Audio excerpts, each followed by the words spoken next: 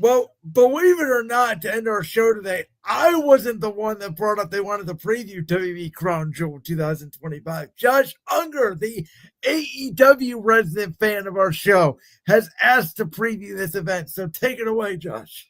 So, by the way, unfortunately, I will not be able to watch AEW Wrestle Dream next Saturday because I will be working the Cleveland Monsters game against the Lehigh Valley Phantoms.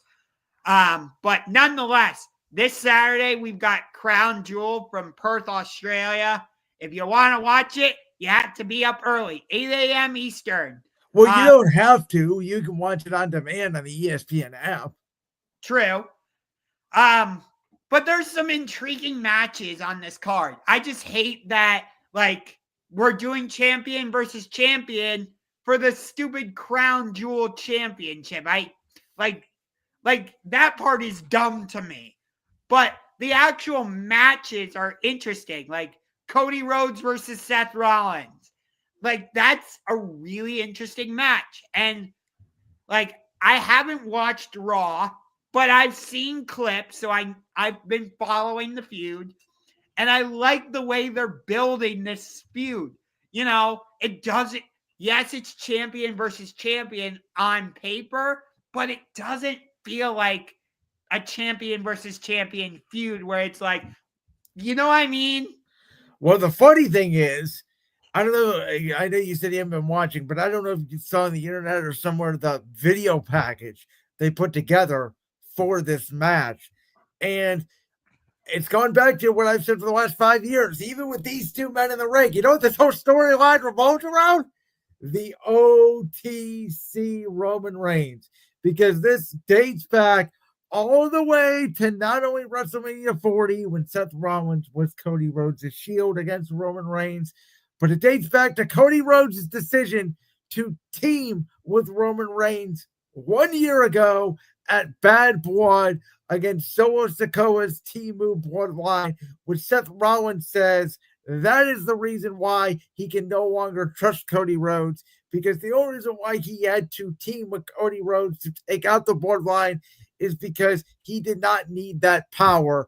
And now that he knows that Cody Rhodes and Roman Reigns are quote-unquote friends, he has to eradicate the WWE of Cody Rhodes because he is not fit to be QB1.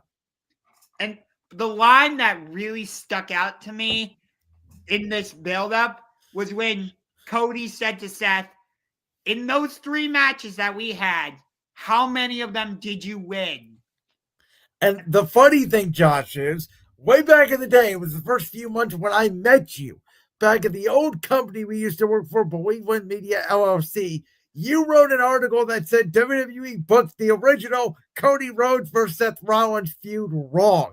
I did. And yet, it has come full circle to the reason why we're having this match is because Cody Rhodes is 3-0 against Seth Rollins. Yes, it's kind of ironic in that sense. I expect this to be the main event, although if you remember the last time they were in Perth, Australia, the main event was Rhea Ripley against Nia Jax. So because of that, I think there's an argument to be made for that tag team match to be zero. There's zero argument to be made for that. That match means nothing. It's absolutely to get Rhea Ripley on the card in Australia. That's the only reason why. I think that's the main argument for why it could be the main event. No, that's the argument you make for it to open the show. Okay, fair. Kind of like what they did with Adam Copeland. With Cope and Christian in Toronto at All Out. Yes. But am I invested in that tag team match? Not really. That's my point. That's why it's not main eventing. Yeah. Because I've said this over and over again. You guys can hate me all you want. Io Sky, Asuka, and Kairi Sane are all 3 short women who can't wrestle. Okay, I disagree with you about Io Sky. The only one I disagree with you about is Io Sky. My fandom for Asuka has fallen off hard, and I've never really been a big fan of Kairi Sane to begin with.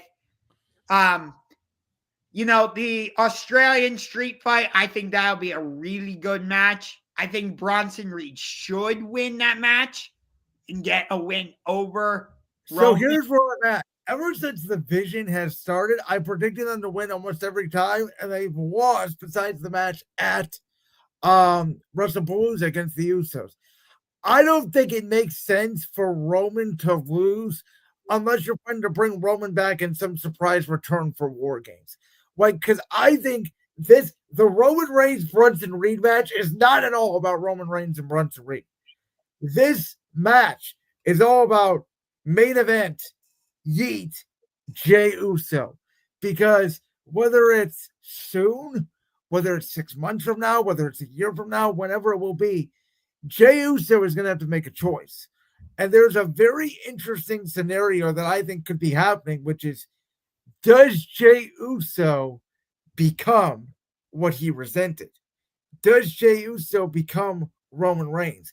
And how do we get there, right? Does Roman Reigns become Paul Heyman? Does Roman Reigns take a step back from the in-ring? Does he become the wise man? Does Jimmy Uso become Jey Uso's right-hand man? So I'm excited for this match. I think Brunson Reed and the Vision have done great things, which again is why I think the results of this PLE, besides Cody and Seth, actually don't matter. Because the whole thing that we're looking at here is, when and if are the Vision going to break away from Seth Rollins? And when/if is the Bloodline drama going to pick back up with Roman Reigns and Jey Uso? Though it certainly feels like it already is. They spent this past Monday on Raw. They had 2 promo segments, one with Seth and Paul Heyman, and one with Roman and Jey Uso. Which I thought that was the more interesting one, when Roman said to Jey, like, "Who's cutting a promo at the top of the hour? Is it you?" Yes. No, it's CM Punk. They have those 2 promos to me have 6 months worth of story in them. Which, what's funny? I want to get your take on this real quick. So I was listening to, I don't know if you've ever listened to Not Sam Wrestling, the podcast with Sam Roberts that he does, where he talks about wrestling.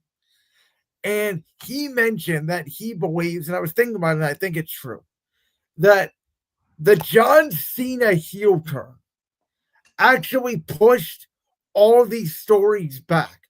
So remember, going into WrestleMania, we thought Cody Rhodes and Randy Orton. Could Randy Orton turn on Cody Rhodes?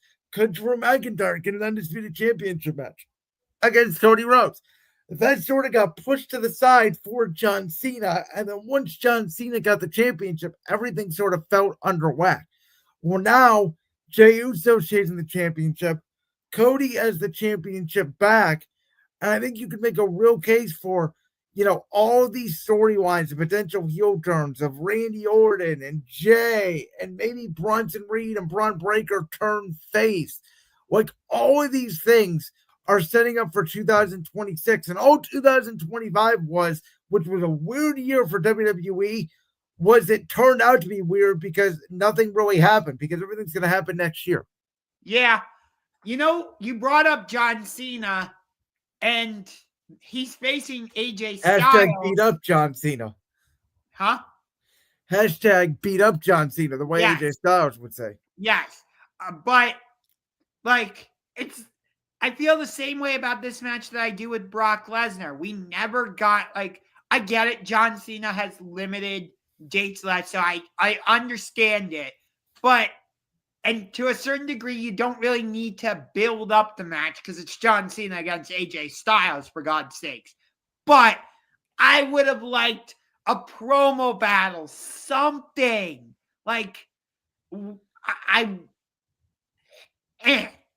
You know what I mean? I think this story is actually going to lead into the retirement of AJ Styles, not John Cena, because AJ's been on public record saying he's going to retire within the next year. I think by WrestleMania 42. They did the whole thing a couple weeks ago where AJ cut this unscripted promo where he said people don't want me here or something during the commercial break on Raw, which led to this match with John Cena, Triple H tweeting out that we listened to the fans. I think it's leading to something for AJ Styles when he eventually loses this match, is how I take it. It just, Like for example, Brock Lesnar has his big return at SummerSlam, but then he didn't really do anything after that. Well, he doesn't need to do anything. He's Brock Lesnar. He can do whatever he wants. I get it, but we never had like a promo or anything of why Brock Lesnar targeted John Cena from the start. And like it again, I feel the same way with this match, not in the same way, but like I would have liked something between John Cena and AJ Styles, like some type of interaction, some type of promo battle, something. It just feels empty to me.